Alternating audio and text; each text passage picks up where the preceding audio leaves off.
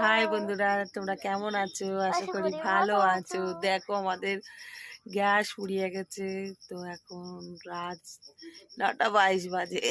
এখন ভাত বসিয়েছি উনুনে। তা গরিব মানুষ তো আমরা, গ্যাস ফুরলেই কি করবো, এক্ষুনি গ্যাস তো আর বুক করা যাচ্ছে না, টাকার দরকার না। তো তার জন্য এখন উনুনে আমরা রান্না করছি। তো বসানো হয়েছে ভাত আর ডাল। আচ্ছা, আমার সোনা বলবে কিছু, শোনো।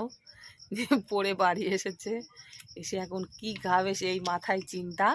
শুধু আমি ক্যাডবেরি এনেছি, মানে আবার শ্বশুরবাড়িতে গিয়েছিলাম, এখন বাড়িতে এসেছি, 9টার সময় এসেছি।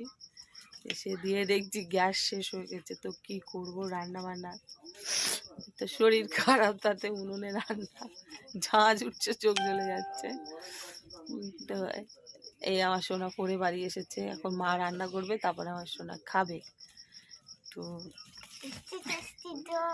চলো কি কি রান্না করছি তোমাদের দেখাবো, চলো। দেখো ডাল হচ্ছে, আর এই সাইডে ভাত, এখনো হাতে চাল দিইনি।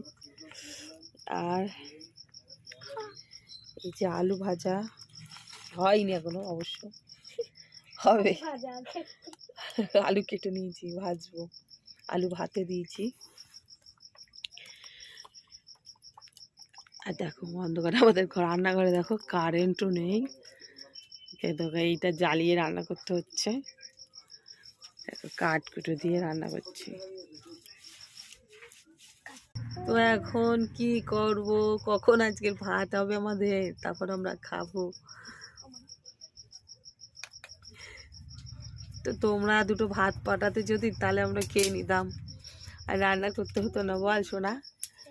হ্যাঁ সোনা বল। খুব সুন্দর হতো আজকের দিনটা, খুব সুন্দর হতো। হ্যাঁ, দুটো ভাত যদি তোমরা পাঠাতে, আবার রান্না করতে, এই রাত্রেবেলায় অন্ধকারে উনুনে রান্না করতে ভালো লাগে।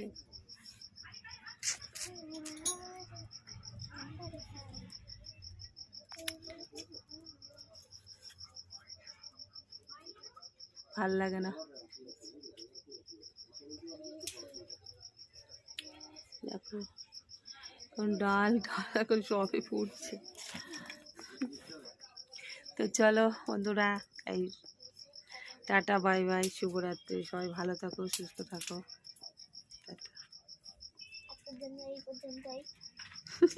বলছো না আজকে, বলছো ওইদিকে একটা উনুন জ্বেলেছে।